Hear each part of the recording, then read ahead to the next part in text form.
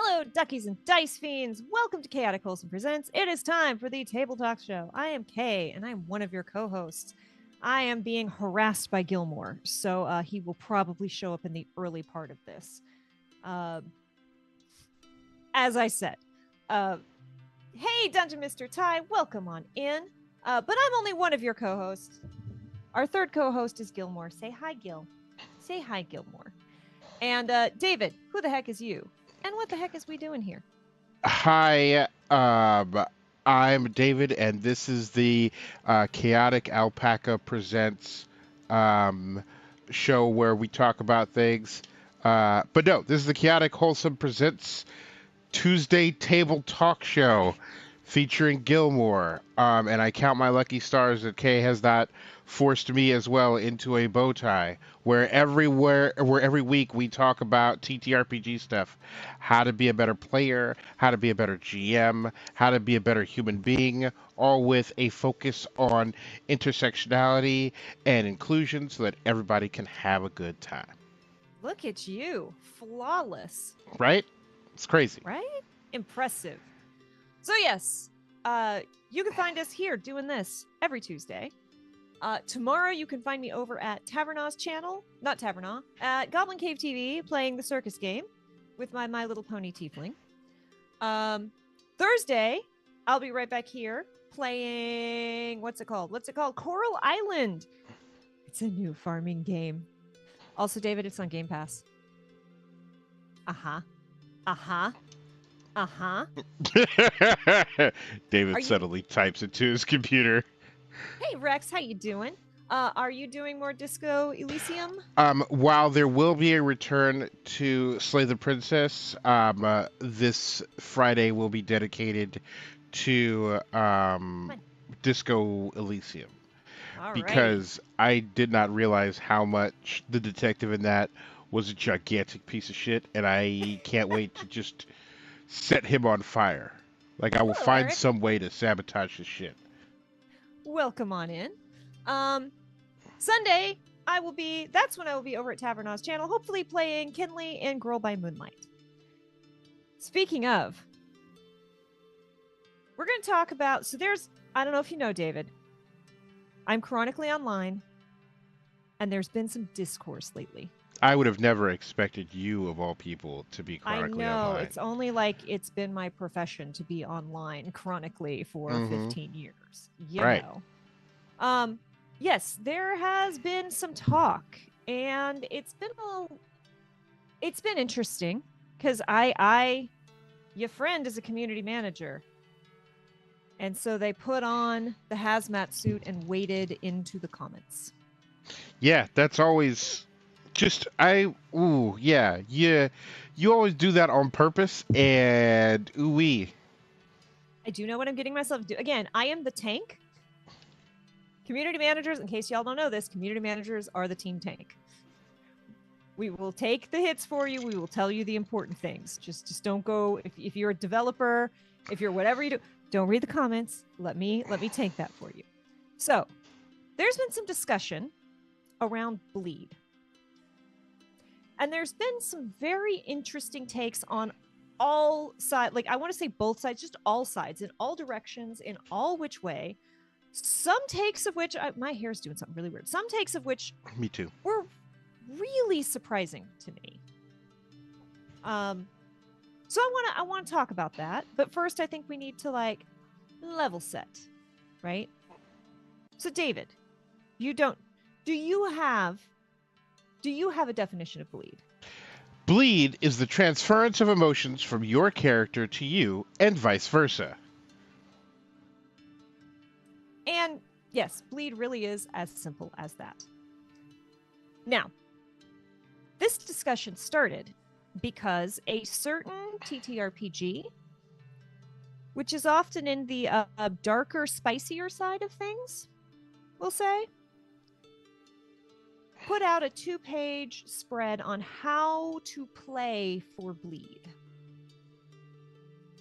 And a lot of people were understandably, especially with a darker, spicier game, that can be dangerous, especially people, speaking up, were people who had legitimate experiences of being stalked or harassed because and through people they played that game with.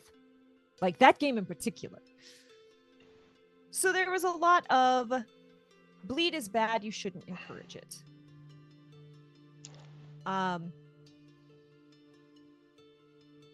There is also another camp which says bleed is bad and you shouldn't encourage it, and that tends to be the very, very old school D&D people.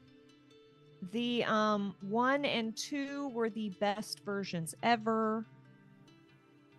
The 5e isn't real D&D, and anyone who's cosplaying or doing character stuff is corrupting the game. That tends to be another group of bleed is bad. The rock up with a shoebox full of character sheets, and you'll get to the bottom of it before some time has passed. And hey, Vivian, welcome on in. We just got started. So the stance that I'm going to take, and we're going to talk a lot more about bleed and what it is on a little bit more of, there's levels to it, but first thing I'm going to say is, and this will be spicy for some people, I do not consider bleed to be bad. In fact, I consider it very natural to a point. And while I don't think bleed is inherently bad. I do think it is a bad idea to publish 2 pages on how to play for bleed without any talk about consent, safety, guardrails, or self care after you have dealt with a very intense case of character bleed. Which is, again, something that is often not discussed in these groups and why certain things happen. But much like safety tools, people who are emotionally healthy are equipped to deal with it, and those who are not tend to hate it.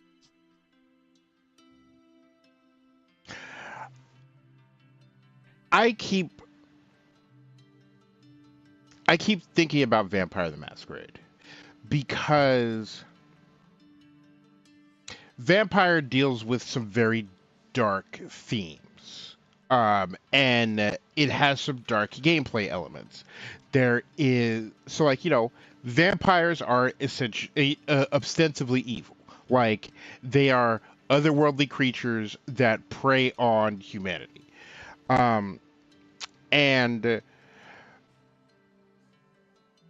the ways in which they prey on humanity aren't just we are livestock for them, but there is a lot of seduction and coercion and manipulation and all these things that in real life are really icky.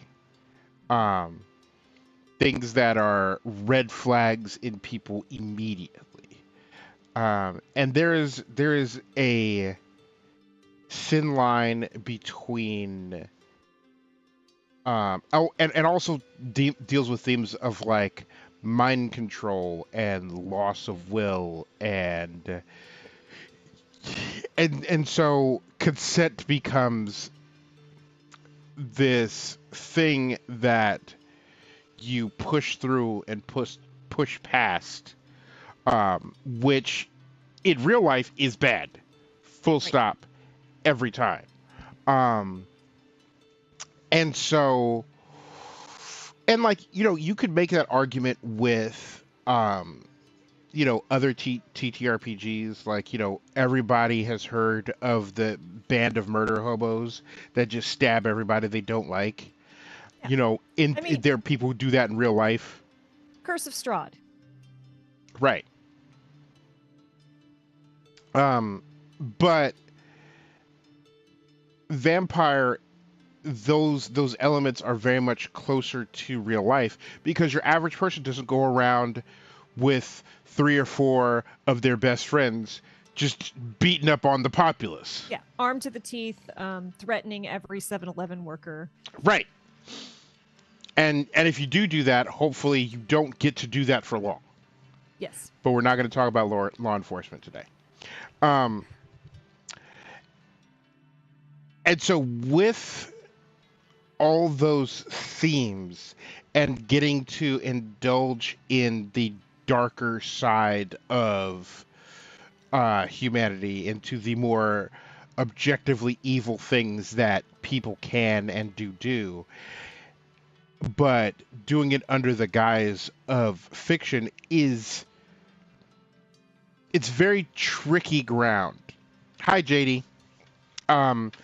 Because you could be a good person who's like dabbling your foot in this and having a good time with it, or you could be the sort of person who does these things in real life and utilizes vampire to do that to other people, to sharpen your skills.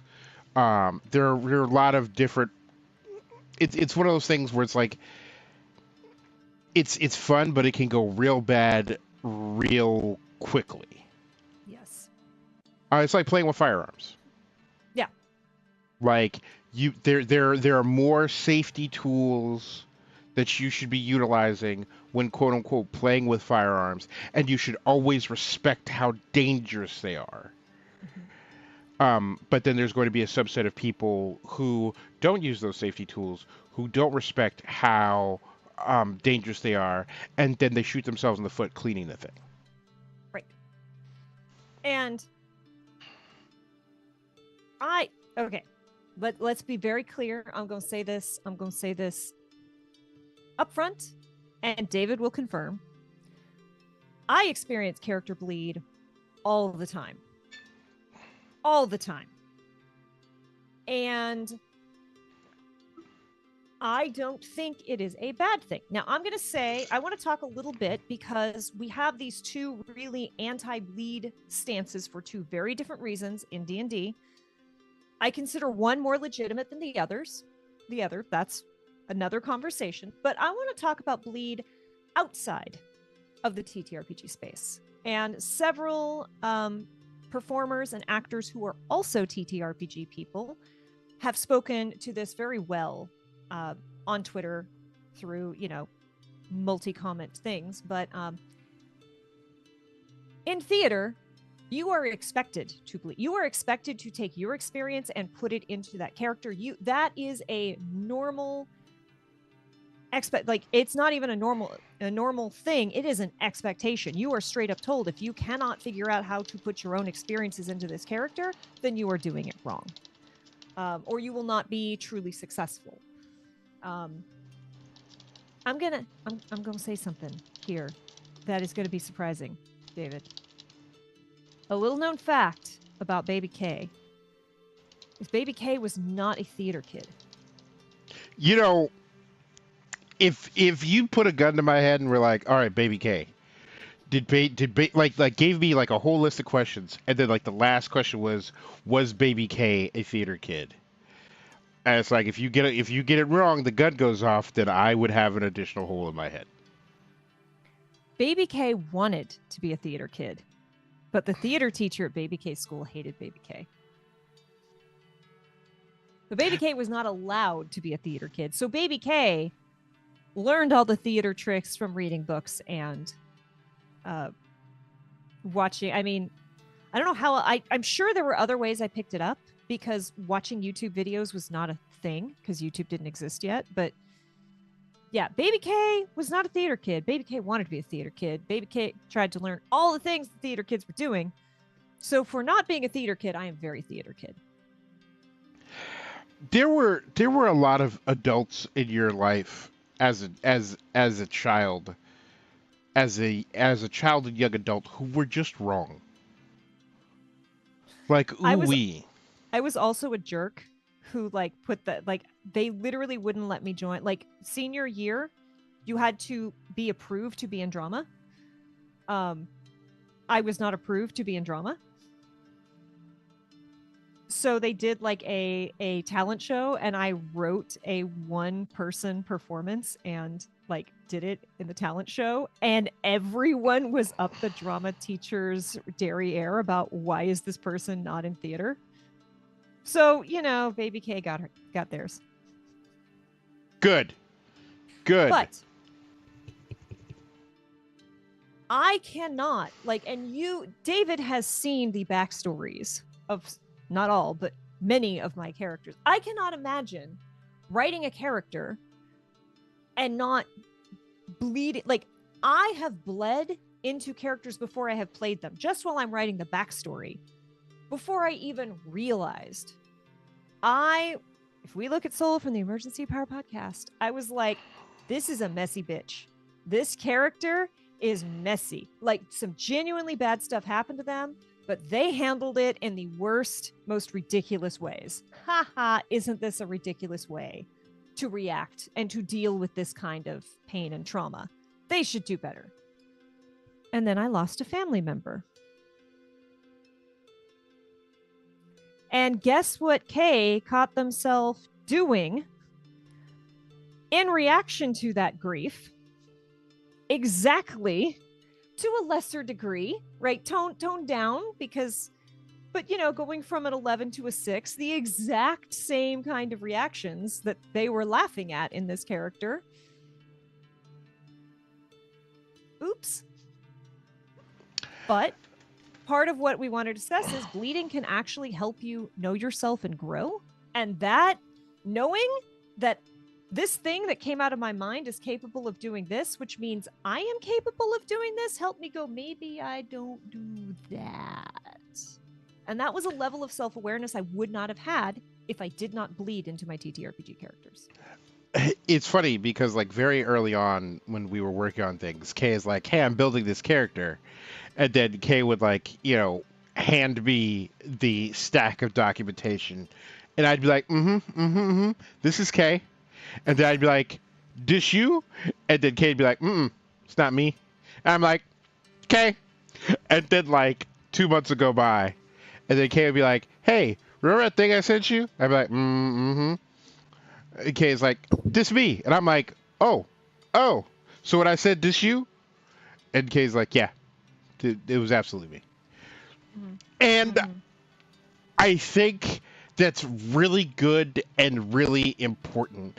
And I recognize not just with people that um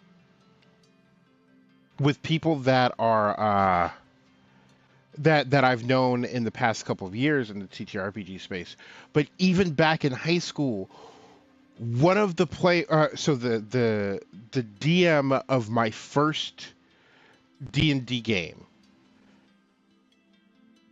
how he came out to other people besides me, because myself and another player knew, but the other players didn't know, and the rest of the school didn't know. And one of the kids was a blabbermouth, so he knew when he came out that everybody was going to know. That was it, yeah. And it was messy and it was sloppy, and I'm not going to go into the detail of how it happened, but like that's how he came out, is by introducing a character in the game that was gay, and then one of the other kids going, "Hey, that person's gay.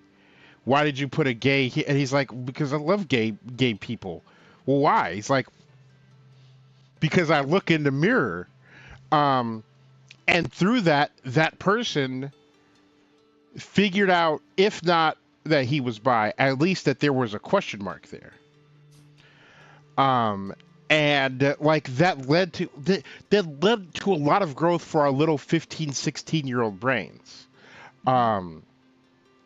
And I've talked to people over the years who are like, "Hey, the whole non-binary thing. Hey, the fact that I'm trans." Like, whether it be TTRPGs or playing a character in an MMO, like, or other different types of like interactive media, they've been able to go, "Oh, I've been able to dip a toe into this different aspect and discovered that this was a different aspect of me." And yes, the TTRPGs can be a very, very safe way to try that out, to try on new identities, to try choices. We have joked on here several times, and we joke in like the haha, it's funny because it's so accurate, not because like, yeah, people do this. Let me be very clear in case you are new here and don't know us.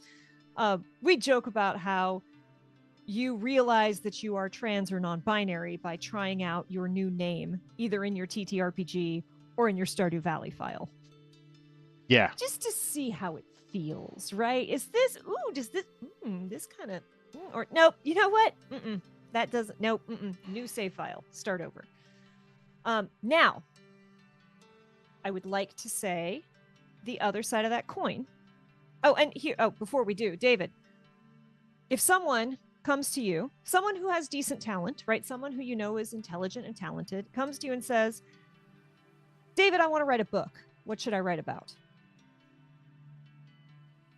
What's the first thing you say? What's the first piece of advice? Pronoundressingroom.com. Gonna add that onto my list of things to check out. Right? Thank you, Ribbonanza.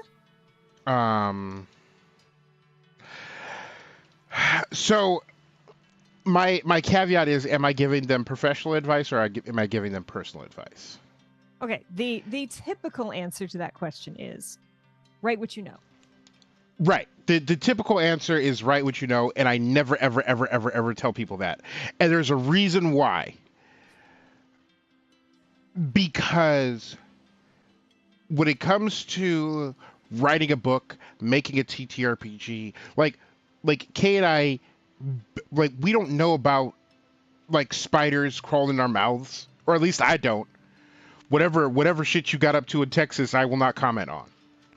Um, but Scorpions up the leg and spiders in the mouth are two different things, David. they're two very different things, both of which I have no experience of, and I hopefully never will. Um, and thank you for the resub. Thank you, Mallory.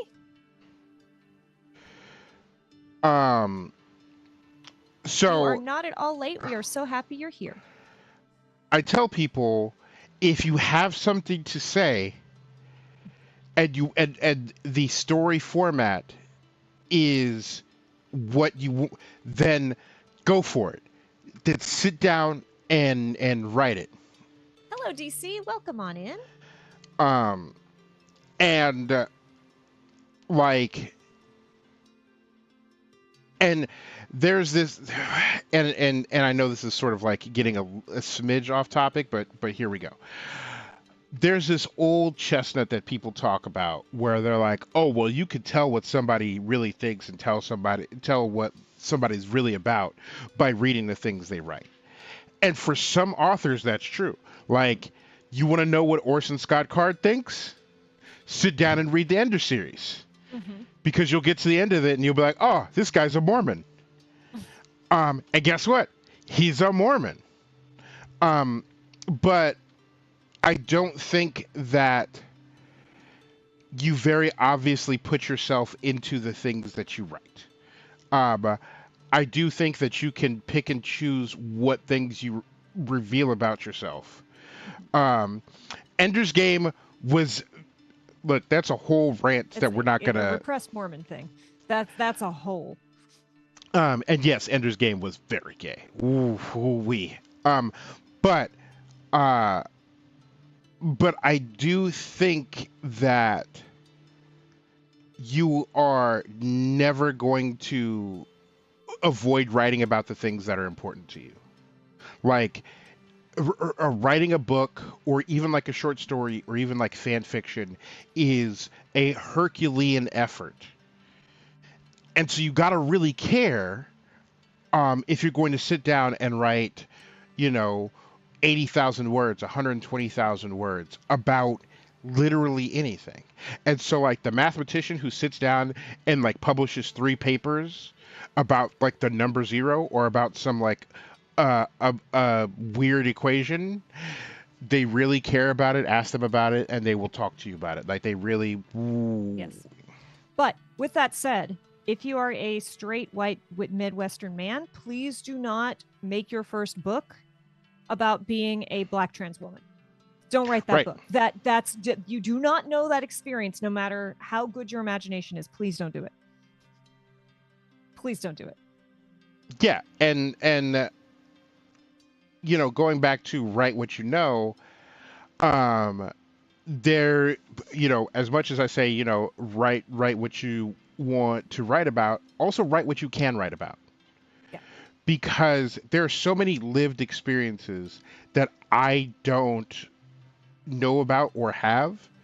And there's a big difference between sort of like intellectually exploring someone else's lived experience based off of what I know via something I sit down and write versus whipping up a character like you won't ever catch me playing like an Asian lady monk from the Far East. Like you won't ever catch me playing like someone from like South India, because those experiences are so different from my own. I can't communicate them to an audience in an honest way. Right. And again, kind of bringing it back to the topic is, well, bleed can be problematic in cases. Having the correct kind of bleed, having the experience to bleed your own experience, your own knowledge of a situation, your own pain or joy, into a character that you're writing, be it for a book or be it for a background to bring into a TTRPG, that bleed is very, very useful because it makes that character more genuine and more human, which makes them more rounded and more interesting. And I will say that with a period at the end. Like, I'm sorry. More rounded, more depth, well thought out characters are more interesting. Absolutely. So, with that said, I want to throw up some caveats here, which is there is, especially among a certain small, or not so small, I'm not going to say, segment of the TTRPG community, people who bleed in two really problematic ways. The first is something we like to call trauma dumping. TTRPGs and therapy are an incredible combination. If you can hit that magical combination of I go to I play TTRPGs and I go to therapy, life is really great. It is magical. There are people who try to use TTRPGs in place of therapy, and that's a problem. The people that you play with are not therapists, and even if someone you play with is a therapist, they are not your therapist, and certainly not in that moment. There is lots to be said about mental health in TTRPGs. There's lots of that.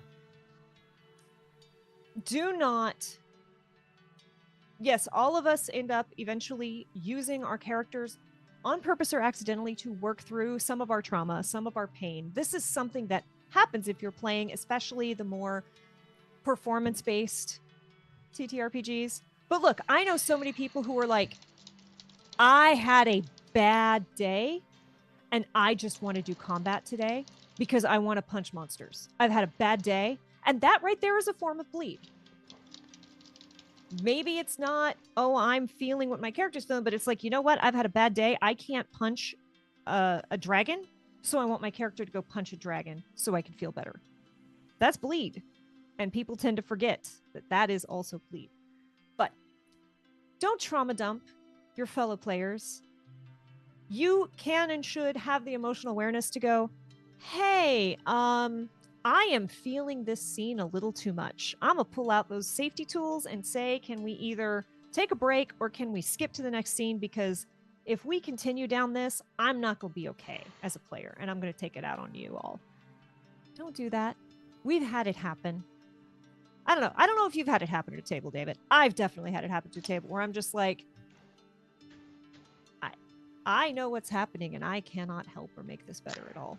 The number of times that someone has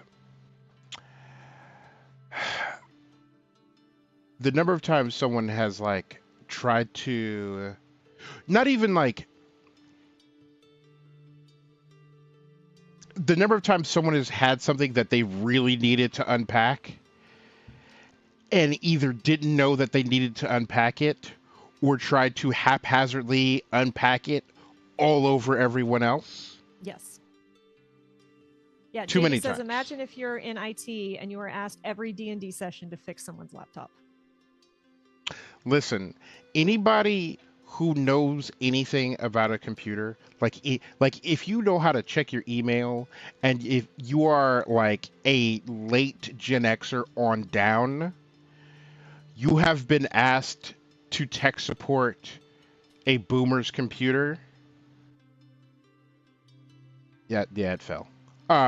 You've been asked to tech support a boomer's computer relentlessly, and there's at least one boomer in your life where every time you see them, they have a computer issue, and it's like, come on, meow.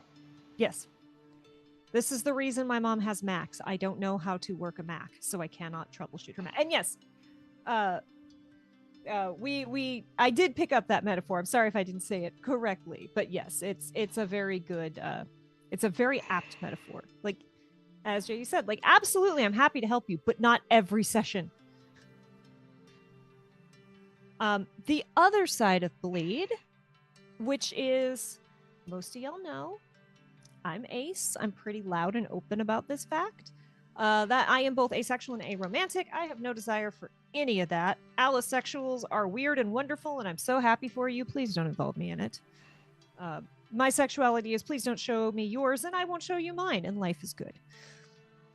But Kay, what if we want to see yours? Sucks Holds to up be you. blank piece of paper. Here it is. There you go. And I've had this conversation with a couple different aces. I know exactly one ace who's hanging out in the chat. I won't out you if you don't want to be. I know exactly one ace who doesn't read or at least have an interest in smutty fanfic or shipping. Every other asexual that I know, and at this point I'm collecting them like Pokemon, loves either boy love manga or the fanfic, or they're an aggressive shipper of something or other. Like, it is a thing.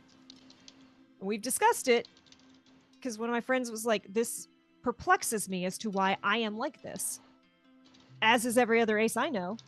Which the answer, I think, is, this is my theory, which so far aces agree with me generally. Romance, lust, and love to us is as much a fantasy as casting magic or fighting a dragon.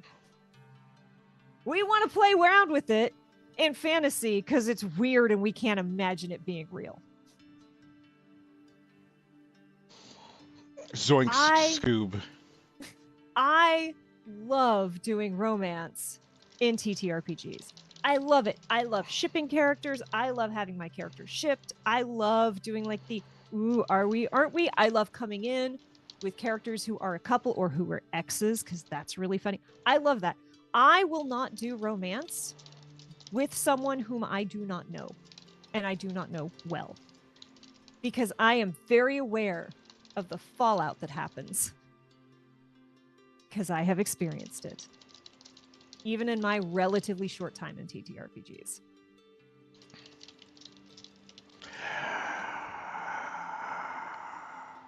I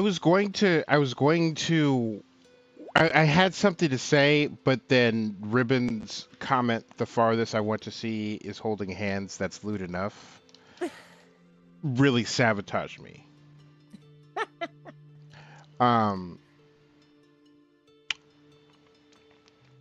But it's gone. Yes, there is a certain breed of person, and many of them play TTRPGs, who are like, oh, we're in a TTRPG together. And this generally goes one of two ways. The first way is often, I have boy parts, you look like you have girl parts, therefore our characters should be in a relationship, should be fucking. Like, you are here at this table to be girlfriend material. Which is not fun. It is not fun to just be the girlfriend character and be expected to just play second fiddle to this person, especially when you've certainly never agreed to that relationship.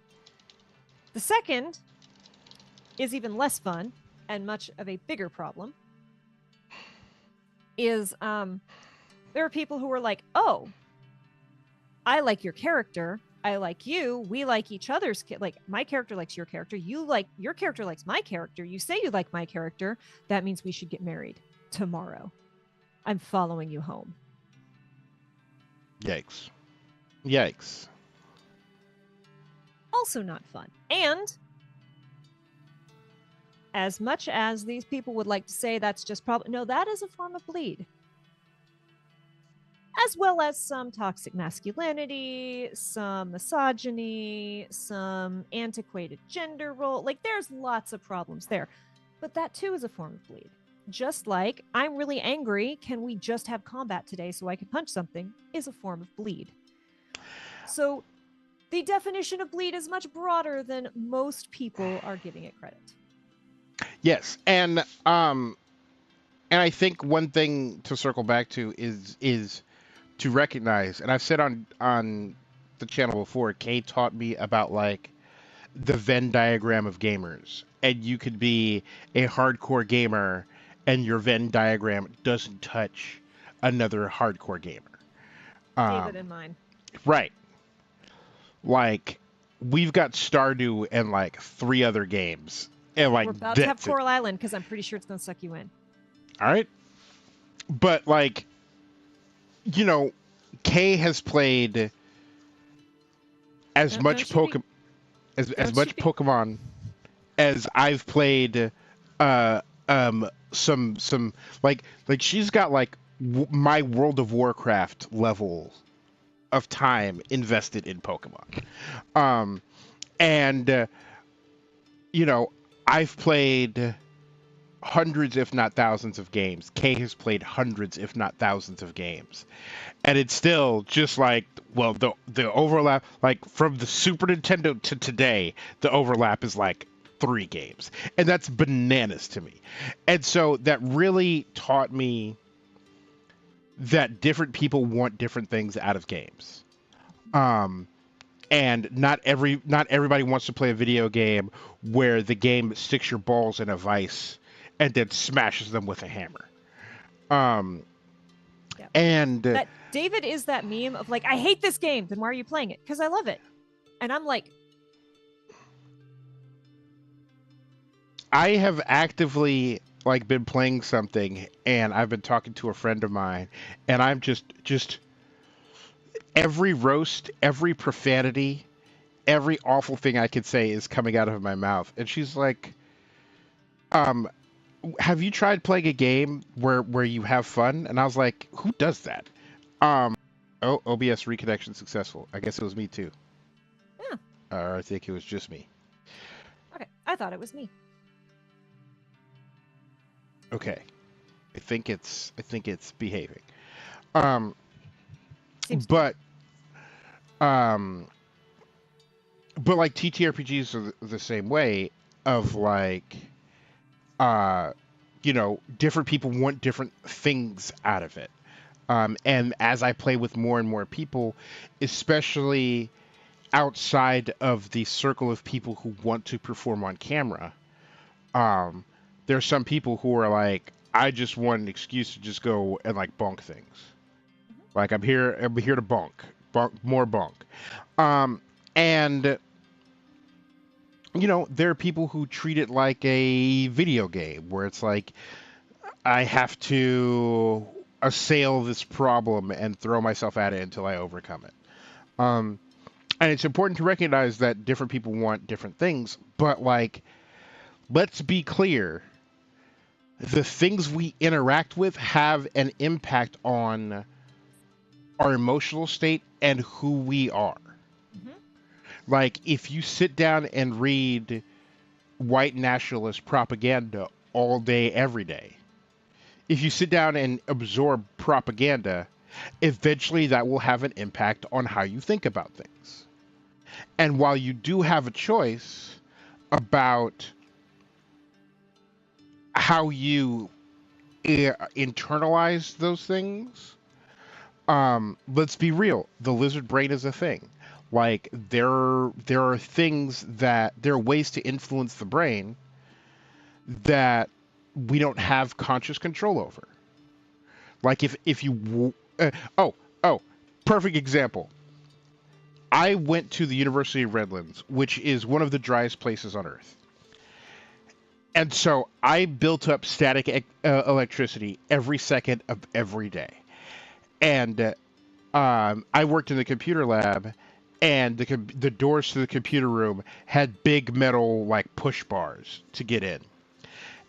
And when I tell you I zapped myself every time for like 2 months straight.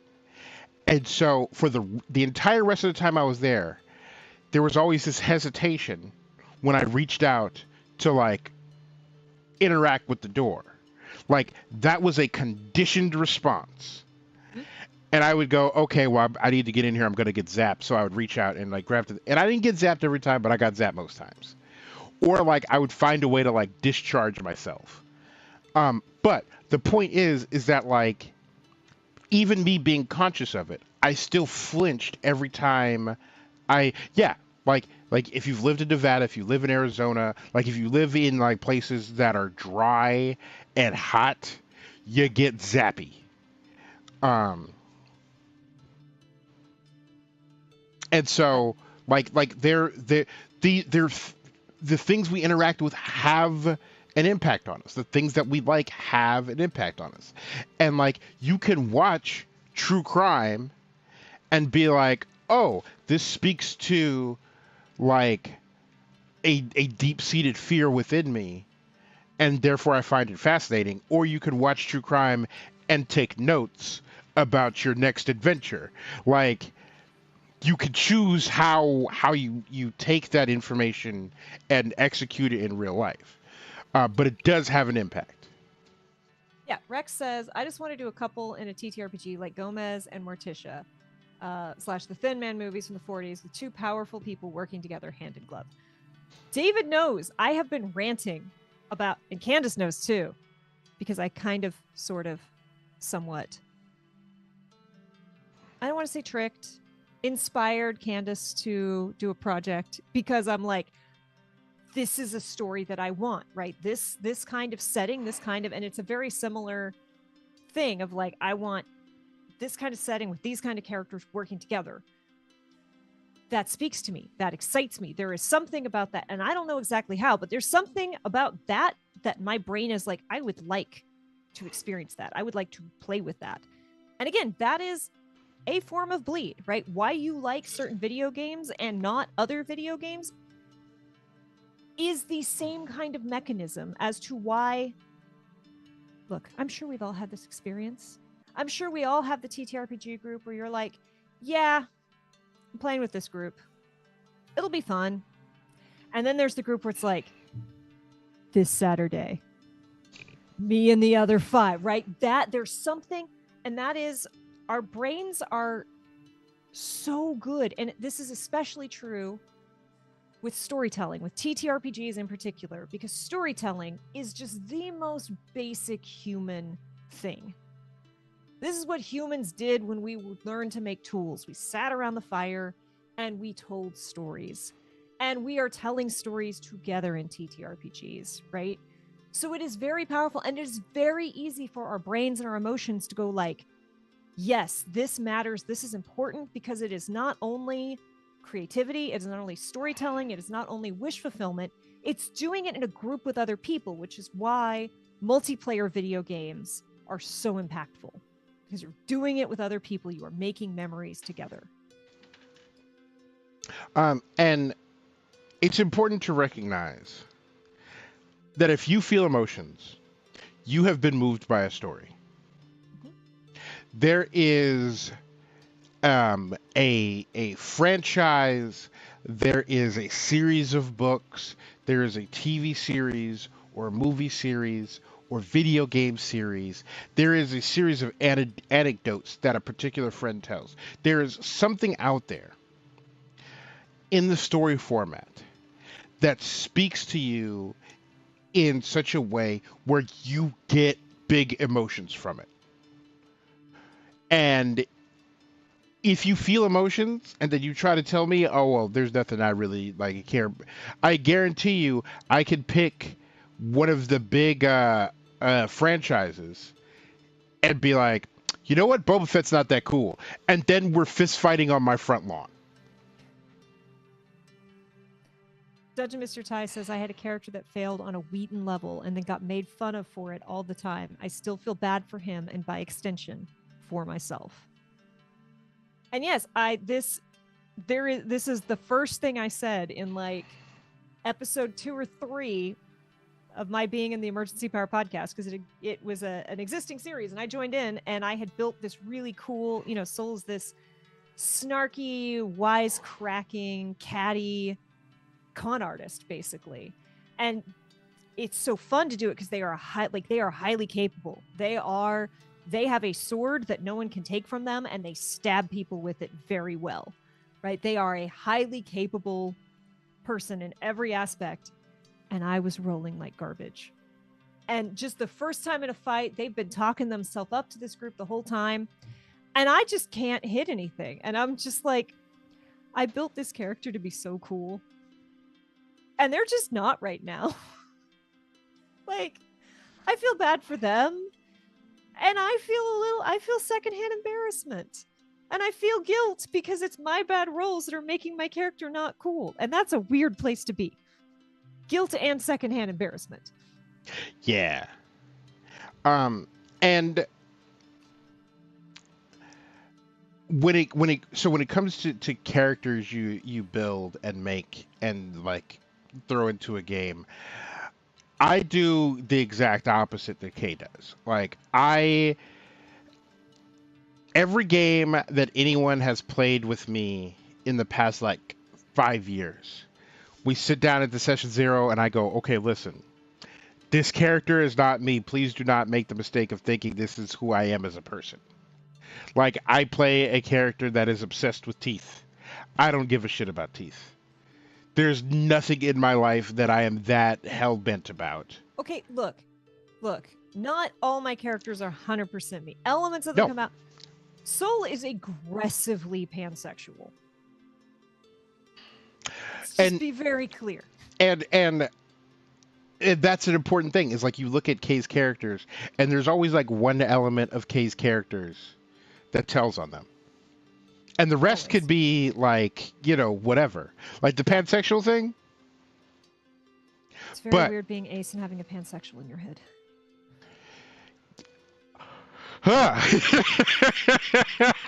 That's awful. It's really terrible. But hey, no one can take Soul's sword away from them. Except my GM that one time. And that was terrible. Right. I rolled back-to-back nat ones, y'all. Don't do that in Starfinder. Yeah, don't do that. But for me, it's like putting on a pair of first new shoes and then like old worn-in shoes, where it's like I can step into and then step out of this person, this character, this experience, and I learned something about what I could be. Either good or bad. And it's also a great way to like explore social consequences with very little risk. Yes. Enough risk that it matters, right? Because generally you care about your character. But not enough risk whereby I get fired from my job and my whole life burns down. Or, you're a high schooler and then suddenly the drama teacher hates you, so you can't be a drama kid. Right. But like, with my character that's very teeth forward, it is this exploration of pushing boundaries, not invading boundaries, not with any active PCs or NPCs. But going, hey, I really want this thing for me. Hey, this is the only thing about you that matters to me. And sort of like seeing how far that could go before other characters are like, all right, we're gonna have to put knives in you. Like it's gonna be uncomfortable, but the knives go in. And that's that sort of exploration then reflects upon my personal life, because out of respect for people, I don't have any desire to do that in real life. But I see people do things like this, and I hear about them do things like this, like my entire adult life, actually my entire life. And so to sort of like live on the other side of that has been very fascinating, both in sort of like seeing my reactions reflected back at me. And also just like sort of like figuring out how they think, how they do things, has been fast. And then just being surprised at people's reactions to things, where it's like, wow, you really just gonna let this fly? Yeah. That's uncomfortable. Some of them are just so clueless. They don't exactly understand what you're going for. Right. And in a lot of ways, it's helping me like upgrade my own radar and my own safety tools to understand where people are coming from. But when it comes to Bleed, like I said, like there's no way for you to experience story without being um, influenced by it, invested by it, and not every story. Right. Not every But story grabs you. but everybody has a character they love. Everybody has a franchise they love. Everybody has somebody or something that speaks to them. Like Link. Link is this adorable little twink. The complete opposite of me. Except at 5 years old, I was like, what's this guy doing with holding his thing with the weapon? Holding no, not holding his weapon. Holding his sword. An actual sword. A medieval sword. Link was left-handed, is what I'm saying. We know where David's brain goes. And I was left-handed at 5 years old. Thankfully and also regretfully, my parents trained some of that out of me. But it was the first time I was like, hey, that person on the screen shares something very important with me.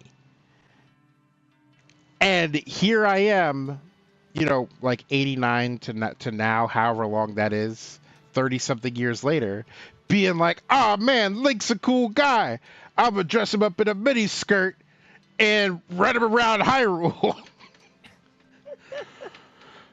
And like sometimes like that's all the connection you need. And like, if you know any like people of color, they're like they have like go ask them the first time in media that they met a character where they're like, oh man, this character, this is the first time I've seen like a black person be cool on screen.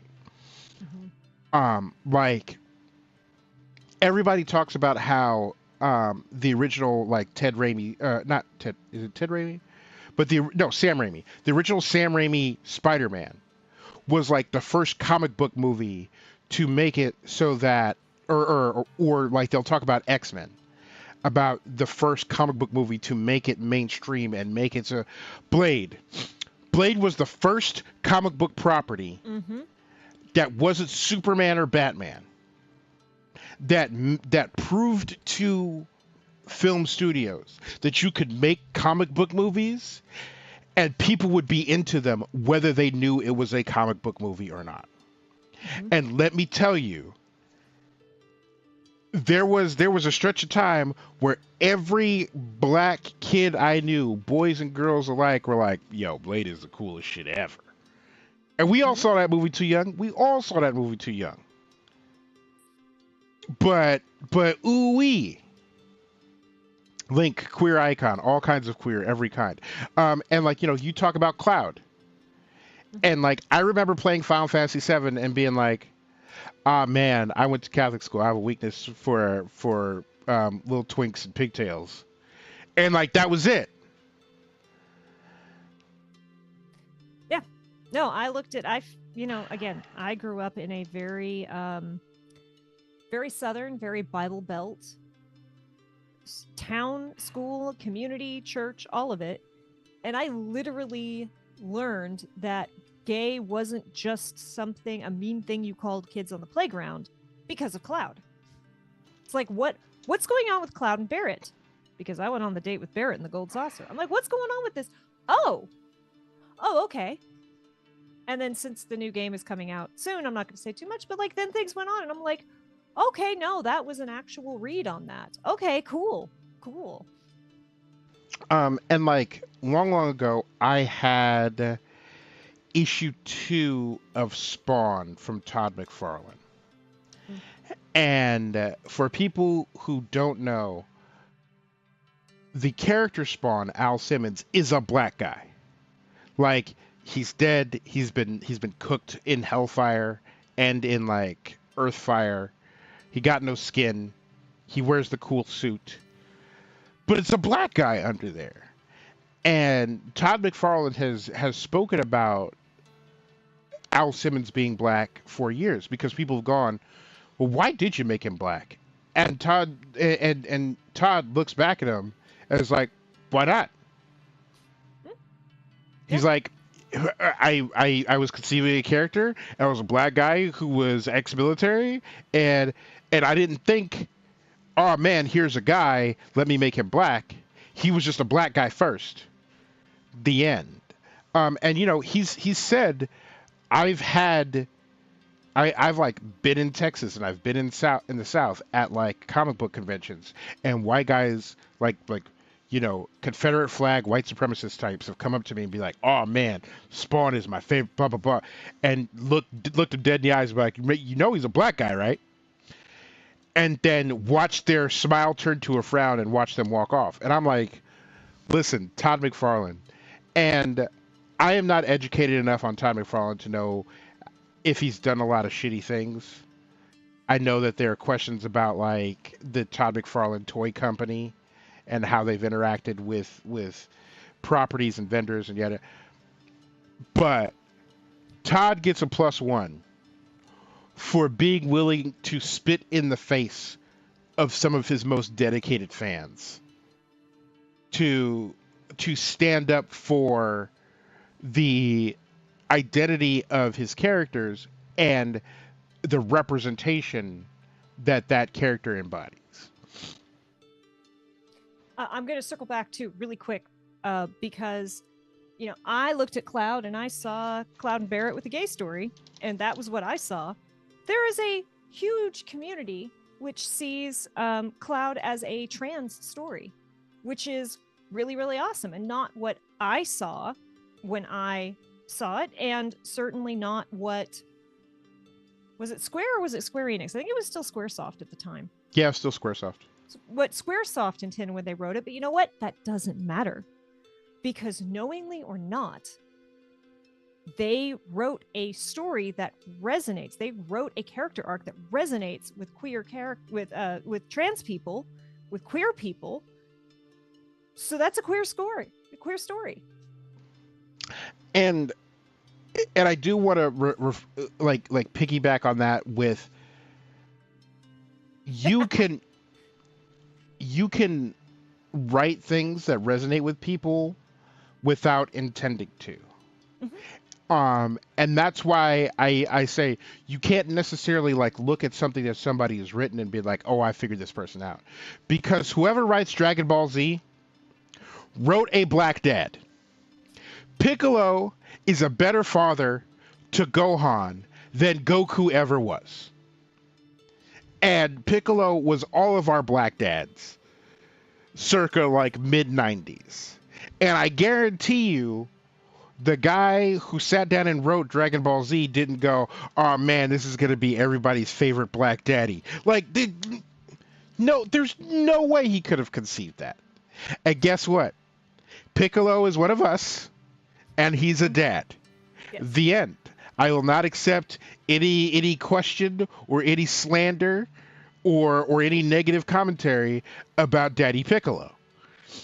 And again, a lot of these stories, especially stories of minorities, can come across in multiple ways, because look at the X-Men. They were an allegory for being black, and they were an allegory for being gay. Now it's an allegory for the LGBTQIA umbrella as a whole. There are so many similarities. People looked at... I was actually concerned after I started playing Soul. I was like, oh no, especially because, we know how tieflings are often coded. It was like, people are going to be like, oh, Kay's trying to tell like a gay, I'm sorry, not a gay story. I tell all sorts of gay stories. Kay's trying to tell like a person of color story. And I'm like, no, I'm trying to tell like a queer trans figure out your identity story. Is very similar though. And again, when I first came up with Soul, they were very clearly, solidly non-binary in my brain. I knew that. I knew that they had some struggles with some of these things. I didn't realize how much the story was going to be a struggle of identity until I was into it. And I'm not exactly sure which way that bleed went. I'm pretty sure it went both ways. I'm pretty sure that went both ways. And that's often what happens. Dave and I were talking about, you want to talk about, okay, especially a certain toxic, because there are people who are concerned about bleed for genuine, honest, good, actual reasons. And then there's a group that are like, bleed is bad because it lets like people who feel things into my game, and this isn't a game where you're supposed to feel things, like, or they're like, you know, any kind, you know, there are people who like to, they can't have a reasonable position. I don't know if it's engagement farming or if this is just how their brain works, but they're like, we have to push things as extreme as we can get them, right? So there are people who are like, any bleed is bad because it's fill in the blank, right? There are people who, and again, part of the reason I want to talk about this was I was reading so many comments from people being like, I didn't know what I was feeling. I didn't know why I was feeling this way. I am relieved that there's a name and that it's a normal thing, right? Like there are people who are like, I don't understand why playing this character makes me feel things. Because we often don't give people this language, but you want to talk about people who feel things about things that aren't real. Can we talk about Sherlock Holmes? Yeah. And I'm not talking the BBC Sherlock. I'm not talking about Elementary. I'm talking the fans of Sherlock when Sir Arthur Conan Doyle was the heck alive. So for those of you who don't know, when Sir Arthur Conan Doyle was alive and writing the Sherlock books, very proper British people lost their God's damned minds. They literally did what they called the game, where they went around in real life pretending like Sherlock Holmes was real, and they were always on a lookout for mysteries to send to big, like it was a whole thing. So if you've seen Sherlock BBC, where after a certain season, there's a whole thing about Watson's Warriors and like that was real. That's what people were doing in real life. Sir Arthur Conan Doyle got so sick of his own fandom and was like, you know what? I want to write something else. And he killed Sherlock. Spoiler alert for hundreds of years old. So yeah. Killed Sherlock. Spoiler alert for public domain. Right. Literally public domain. Was like, nah, I'm done with this. Kill Sherlock. This is in the much more formalized, like everything was formalized. People went into mourning. They wore bands of mourning around their neck, around their arms. They dressed in all black. They went into full and proper British mourning for this fictional character. So don't tell me that this is a new phenomenon. Don't tell me that this is some weird, everyone wants to blame millennials or Gen Z. It's not any of those people coming to take over your game. This is a thing that human beings do. You cannot stop them. Doyle tried. It didn't work. Spoiler alert again, he had to bring Sherlock back to life. Yeah, and like it is a phenomenon that soap operas. And okay, I'm gonna make it even more controversial. The boy version of soap operas, wrestling. Oh yeah, absolutely. But near where I live, there was a big event, and I remember like driving past and seeing a long line of old women, and I'm like, what could possibly get these women in their walkers and their canes out in the sun at like 2 p.m.? What? That's almost bedtime. Turns out that there was a meet and greet for actors of a soap opera, and I forget which one it was. But the only time I have seen better security is when the president was around. Because apparently a lot of those women are like, you did her dirty? How dare you? How dare you knock up her twin when she was in a coma?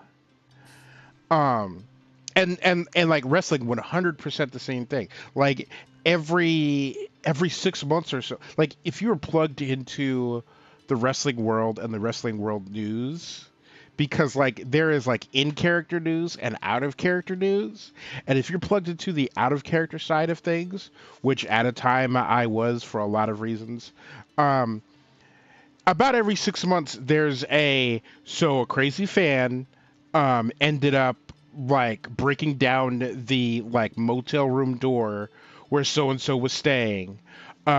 Someone got spotted on a flight and had to be removed. Like people are rabid, and it's like, yo, it's just I'm just playing a character, and this is where character bleed is important because a lot of characters who play heels, who play evil characters, will like they draw lines. Mhm. And I've seen like really like intense heels run into like a 7-year-old who's like a big fan of them, and then they get really chummy with the kid, and then they go back to being mean. And then I've seen heel characters be absolute dickwads to like 5-year-olds. And everyone else is like cheering because it's in character. And even I, because I hate them kids, but even I am like, yo, that's hilarious. But also, bro, that is a core memory. Yeah. Like that Yeah. kid's gonna walk with that for the rest of Yeah. their life. That's the beginning of a supervillain arc Right. there. Like that might be a little over the line, bro. Like you didn't have to kick his chair out from under him. You didn't have to snatch his sign and rip it in half and give it back to him. Like, yo, this is too much. Maybe shave about 10% off of that. But that's bleed though. Hilarious, but too much. Right. And like, could it be that like the real person under that is actually that much of a jackass? Could it be that he's too committed to the character? Who knows? But those are all examples of like bleed because that kid is the very like definition of experiencing bleed, of how something that is like external entertainment affects your inner workings and your inner processing over the course of however long. Yes. And yeah, so knowing like it is, again, I experience a lot of bleed. There are times I definitely play for bleed. Like David knows I can't say what because it's not out yet, but like a big thing is coming in the Emergency Power podcast, and I knew this encounter was going to happen, and it's an encounter that had been building for the entire season. It was an encounter that had been building in the back of my mind because I set it up as part of the backstory, and I knew it was coming, and it was like I was excited and nervous. I was so excited for this to happen, and I talk a lot about I do my very best to only write what the character knows. So I thought I knew how this was going to go, but also I could have been totally wrong. I left that in my GM's hands. I didn't know the motivation of the other people or peoples involved in this. So I was so excited to finally have this resolved because we knew it was going to at least start being resolved. But I had no idea if that was going to be a good or a bad resolution. I had no idea. And I was nervous for literal weeks. Thinking about, it's coming. It's going to happen soon. Like butterflies in the stomach. And like, I love that. But I also very much try to keep in mind that like, hey, I have to make sure I know where I am versus where my character is. And those can be very simple, but you do have to be able to be like, okay, you know what? I have done the thing. Yeah, yes, I am very excited for that session next week. I'm very excited. But right now, I have to focus on work. I have to be K. I have to do work right now so that I can afford internet, so that I can play that game later.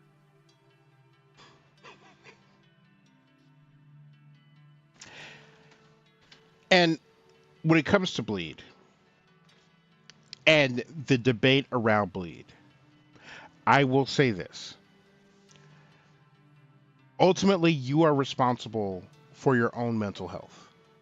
And that doesn't mean that bad things can't happen to you. That doesn't mean that like people can't do bad things to you. Um, but it does mean just like your physical health, Like if you get in a car accident and like, they whisk you off to the ER and then they do a bunch of stuff and then 6 months later, like, you got to rehab your shoulder or you got to rehab your hip. It's up to you to do those exercises. It's up to you to go to those follow-up. It's up to you to make yourself well again. Um, and so before we get into like the different things you can do to lean into bleed or avoid going deeper into bleed or any of those things, if you have had or are having a TTRPG experience that is unpleasant or detrimental to you in some shape or form, it is your responsibility to resolve that situation. It's also like everybody's responsibility to not be shitty to one another. It is also important if you are another player, or especially if you're the GM at the table, and you see something that might be bleed, that might be making someone uncomfortable, it is very important that you step in because, again, sometimes bleed can be tricky. Gaslighting is a thing. Some people are more experienced with their emotions or with this kind of thing than others. But, there have definitely been situations where I've been like, hey, so-and-so's getting kind of chummy, kind of handsy with your character. Are you okay with that? No. Cool. We're going to make sure that doesn't happen, right? It is important that, yes, you have and defend your own boundaries, but check in on your other players. Check in if you're a GM. Tell people what their tools and their options are. This is also true in real life. Like, watch out for each other. Let's be good to each other. Please, the world is terrible enough outside of video games. You're making yourself vulnerable by playing these games to whatever degree. Again, horror games, far more vulnerable. I know lots of really attractive lady types and lady adjacents who are like, I want to play very sexy games with other ladies and lady adjacents. I want to do the smuttiest smut games ever with these people and only these specific people because I know they'll keep me safe and we can have fun and have some character bleed and have some fun romancy times and I won't be followed home that night. Yep, like they will Hey, go, Leslie. hey, there's going to be some hand holding in this game. Well, so much hand holding. And yeah, like if like your first responsibility is to protect yourself. And you could find yourself in situations where like the GM didn't really define the terms of the game properly, or and another great example of bleed is something we've talked about on the channel before. Of my familiar is my pet cat from when I was a kid. Maybe don't kill it. And that's something that, one, you as a player should communicate to your GM, and two, something that you as a GM should recognize. And ultimately, this is about communication.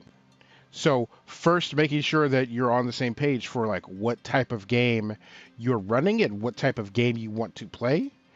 And second, making sure that you input boundaries and safety tools.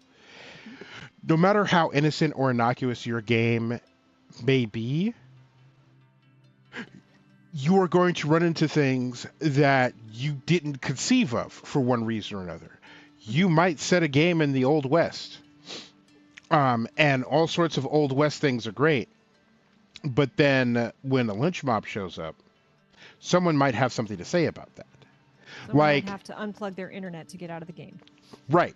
And like one thing that I never considered before working with Kay is the entire monk class in D&D. Like just how like the tropey magical Far East person and how that has been pervasive in American media, especially when it's white guy playing old magical Chinese person. Like David Carradine, rest in something, because that whole, I'm not going to get into it on camera, but it's hilarious. Um, but like and a lot of like theory crafting and a lot of conversations with Kay and with other people that I've known. Like I've been up at 2 o'clock in the morning talking about how not to make the monk class problematic. Like how I could play a monk and it would be cool and not really racist. And then I've had to like follow up and be like, hey, remember we had that, like I know it was late at night and we were talking about, do you remember like a couple, and he's like, oh yeah, I remember this. I'm like, okay, thank you. But if I didn't have an Asian person be like, yo, this is a problem. And ultimately, here's what's important. And, you know, we talk a lot about race. We talk a lot about women's issues. We talk about the alphabet family and the issues they face. You know what I did when an Asian person said to me, yo, the monk class is problematic, and here's why. I went, oh boy, gee willikers, the monk class is problematic, and here are all the reasons. I shut up, I listened, I took notes, and I accepted and internalized what they said.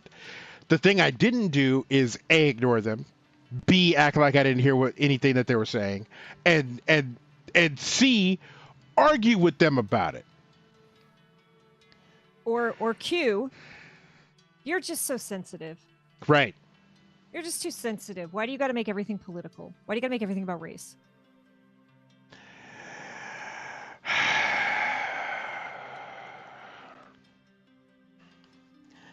You may not be into politics, but your landlord is.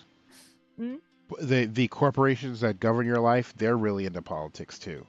Mm-hmm. So you should probably at least pay attention a little bit. Like if you like personal freedoms, if you like clean drinking water.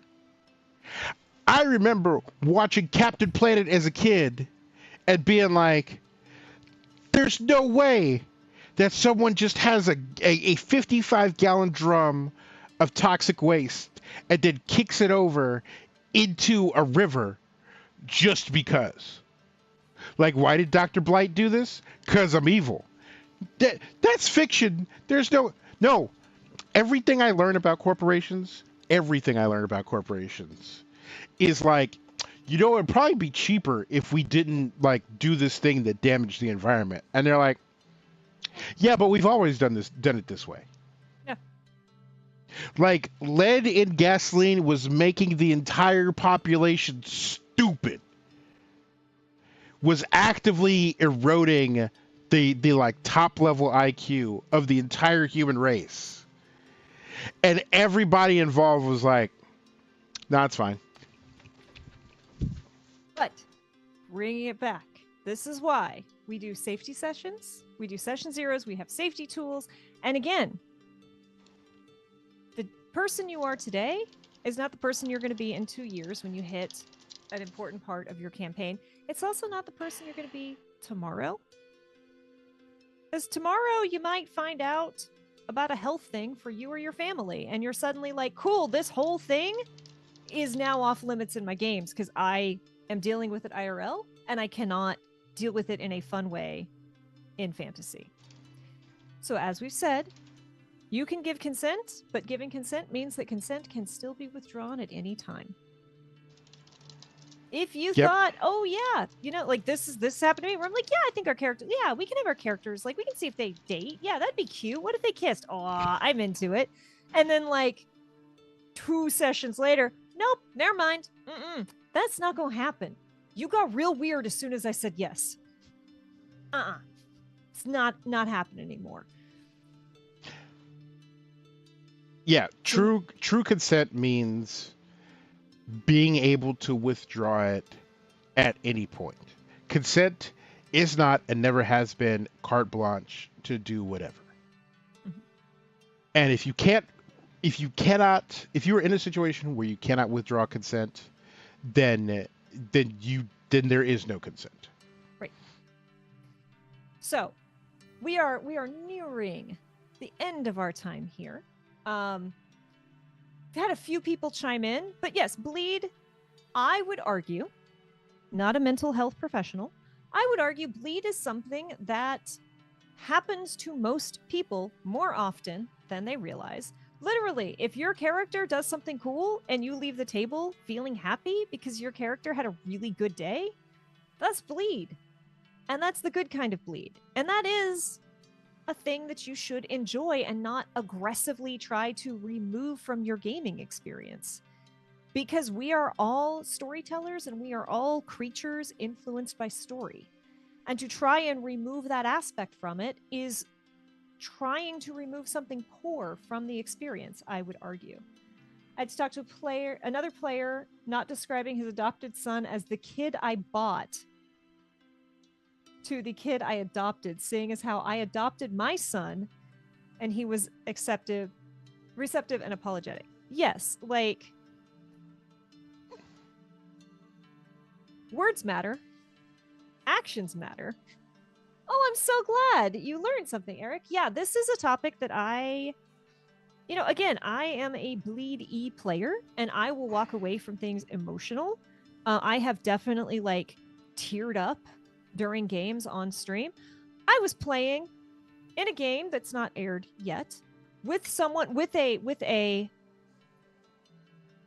I haven't actually asked, but he definitely presents. I know he him pronouns. He definitely presents as straight. Has certainly I don't know if he goes any other way, but presents as straight, very masculine, great, awesome dude. Something terrible happened that was kind of caused by my character, and he turned his character recoiled into himself, and he turned his face turned red with emotion, right, as he's and his character went nonverbal, and he's just and I was my heart was I was so afraid. And we got to a point and I'm like, yo, I am so sorry. He's like, no, it's great. Push all the buttons. I love it. Came out of it like that. Was 100% feeling it in the moment and then went, nope, scene's done. We're moving on. I guarantee you he thought about that moment later that night. He looked like he was about to burst into tears. This very masculine dude. And I'm like, gosh, dang, I'm so lucky I get to play with really, really awesome people. I I have not watched a whole lot of Critical Role, but in the what is it called, the series where Matt was the player and Abria was the GM? Oh, Exandria Unlimited. Yes. She's arguing with the Warlock as the Warlock's brother. And twin sister. Twin sister. No, but Abria, wasn't there a brother? Anyway, Abria is interacting with the player who's playing the Warlock, and she's playing a character opposite of it. And Abria is in tears. Tears are streaming down her face while she's having this really emotional moment with this character. And then the emotional moment gets over, and then Abria's back to being a happy GM. And I'm like, yo, to go that deep and then to immediately come back out of it is an incredibly rare and incredible feat. Just yes. Mind-boggling. But that's bleed. When you get so emotionally invested where you just start crying. And it's important to recognize that that is a deep emotional bleed scenario that Abria knew she was about to get into and prepared herself for, and compartmentalized and was like, okay, I'm going to get in here, I'm going to do this thing as this performance, and then I'm going to get out. And like and like there's good compartmentalization and bad compartmentalization, and the good I do kind, both. right, and the good kind is when you like internalize and process those emotions that you feel. um and just that example of that is something that, as I both play and as I build modules and as I GM, like I keep that in mind, that not only is that possible, but there's a way to do that safely and responsible, and it's a way to add a lot of power to your performance and your experience. And so I want to make sure that, one, every table we have is a safe place to do that, and two, we build story elements whereby players can execute and experience um, those types of performances. Now, caveat. Again, Critical Role. I'm going to not move my hands so I don't implicate things, though I guess this is true of more than one character behind me. In one of the Critical Role campaigns, a player character died unexpectedly. Bad dice, everything went bad. That character died. Dead, dead, dead. Player said, I don't want you to resurrect this character. Character is dead and gone. But it was unexpected. Story elements were unresolved. No one was prepared for it that night, right? It wasn't like he came in, or the player came in going, this is what's going to happen. It was a freak bad night accident. And they were discussing with the player after that, what was it like that night and the day and the week after losing that character? And he said, they said, like, it happened. They got up, they left the table. And one of the femmes who works for Critical Role was apparently sobbing on their shoulder, like had been watching it in the green room and was just losing all of her feels and all of her love for this character that she was so committed to, was crying on the shoulder of the player who had just lost that character, right? And the player is comforting her. And then the player said they went home, curled up on the couch, and cried for 8 hours. Like, cried, would wake up crying, would go back to sleep, would wake up crying. Like, absolutely delayed reaction. And then came back the next week with a whole new character, ready to go. Again, telling everyone, like, told Matt Mercer, if they try to resurrect my old character, send them to this character who can tell them that it cannot happen, cannot be done. That character is gone. That is specifically what the player wanted.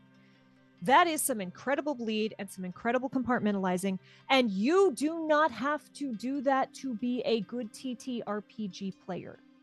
That is some incredible delves into emotion. It is exhausting. It is exhausting to compartmentalize like that. It is exhausting and takes a lot of work to know yourself, to recognize your emotions, to be able to rein it in.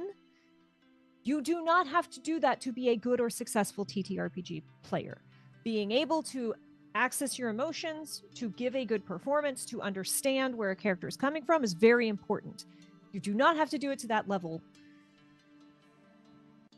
Don't try to do that. When they say, if you want to play for Bleed, this is how you do it, do not immediately try to go full Critical Role. It will not feel good for you or for anyone else. Yeah, and also recognize you could just sit at a table and play, and then let that be that. And Like, you you can don't. say, you know what? I really want to do this scene really, really well. I can't do it tonight. Can we circle back to it later? Can something happen? Because I will not give my best tonight. Or I, the player, am not up to dealing with these emotions. All of this is fair and valid. Take care of yourself first. And figure out how to, again, David and I, we do chats with our players after our sessions. I will often, especially if I felt like I said no to a player a lot, or if I threw something really challenging at them, I will message them privately after and be like, hey, are you okay? Hey, I'm sorry, I blah, blah, blah, blah. Check-ins are important. Aftercare is important. And if no one is doing that for you, make sure you do it for yourself. And maybe, if you see an opportunity to check in on other players who maybe had a rough night, maybe that'll start becoming a cycle and you all can take care of each other. Because having someone check in on you or chat with you about how cool the session was after a game feels really good. Regardless of bleed, emotional aftercare, whatever, that just feels good. Emotional aftercare, very important. And like, we didn't go too deep into it, but we've done a deep dive into safety tools and setting expectations and setting boundaries in your games before, both like as a player and as a GM. And it's important to do all those things. And if you're a player and you rock up to a table and those things aren't explained or aren't in place, then it's and you want those things, then speak up. And I would if say if those aren't there, request them, because even for, again, I've known people who signed up for a fun, silly, light, a fun romp in the Old West, and then a literal lynch mob showed up, and people had opinions about that. And this person had specifically asked, "Can I have safety? Are there safety tools?" And they said, "Don't worry about it." you can't say don't worry about it. Exactly. And we did safety tool. We went over safety tools when we played My Little Pony. Yeah. And that was and is very important. And yes, Rex says there are many other schools of acting that are less involved emotionally. So yes, you do not have to do that. If that kind of thing brings you joy, know your boundaries, take care of yourself after, but you do not have to do it. Yeah, and like, both sides of the spectrum are equally valid. There's the, hey, here's my backstory, including my parents. Tell me how you killed them. And then there's also this is my kitty Fluffy. If anything happens to Fluffy, everyone gets the smoke. And both are great ways to play. Yes. And different games you might do different things in different games, and all of that is fine. Acting yes, is emotional stunt work, and just like physical stunt work, safety meetings are important. That is the best thing I have heard all day. That is wonderful. And yes, Moxie, 2 to 3 safety tools in place. It's always great. With your check-in, do it. Take care of each other. So I think that's probably going to bring us to the end of our stream here. Thank you all for joining us. Eric, I'm so glad you joined us and that you learned a little bit about bleed. Again, I was surprised when I was reading through the comments, because I waded into the comments because I just don't like myself sometimes. When I was digging into the comments and people were like, I didn't know what this thing was. I didn't know why I was feeling this way. It's really nice to know that it's normal, that other people experience this. So again, there are lots of safety tools. There are lots of reasons to do this or to not do this. And if at any point you feel unsafe, either find someone in the game that you trust that you can talk to, ideally your GM, but that's not always the option, or just back out. It might cost an action. I absolutely took this from Rex. It might take an action in a TTRPG, but disengaging is a free action IRL. If you need to disengage from a game, be it streamed or home, do it. Take care of yourself first. That is what's most important. So, David, who the heck is you and what the heck has you been doing here? Hi, I'm David. Also known as Full Rubber Ducky.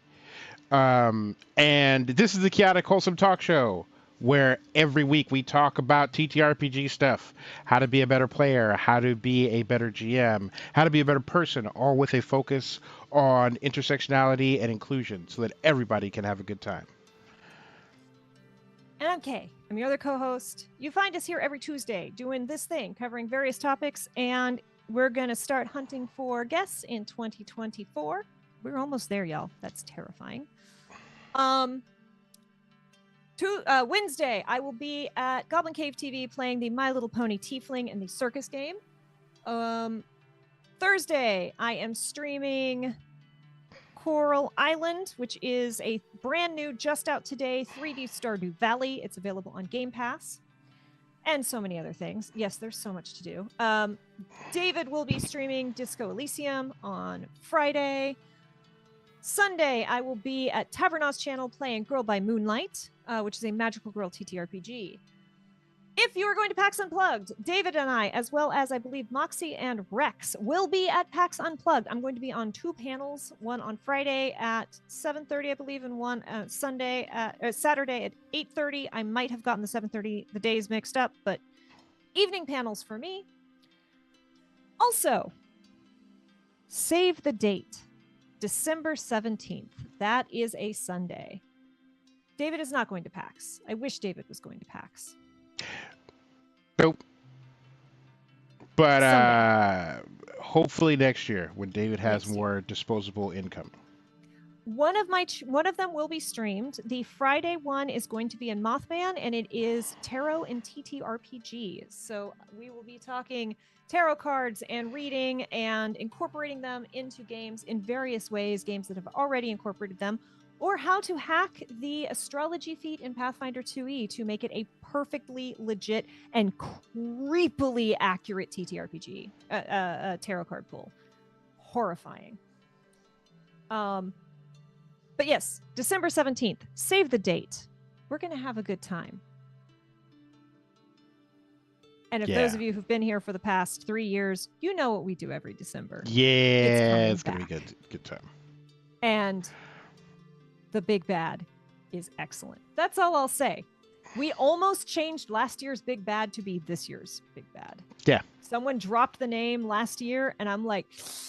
Yeah, we were so close to that hard right turn of like, everything we had, throw it away. We're doing this. It was so close. It was so close. And the sad part is, it still would have worked this year. Like last year's would have worked this year. But absolutely, we all thought that ship was going down a lot faster than it is. Let's be honest. Yeah, it really is more of a slow sink. Mm-hmm. But it is definitely still falling apart in real time. Who are we going to raid tonight, David? That is a good question. Let's see. Chelsea Bites is playing Jet Set Radio. Let's go see Chelsea. Yeah.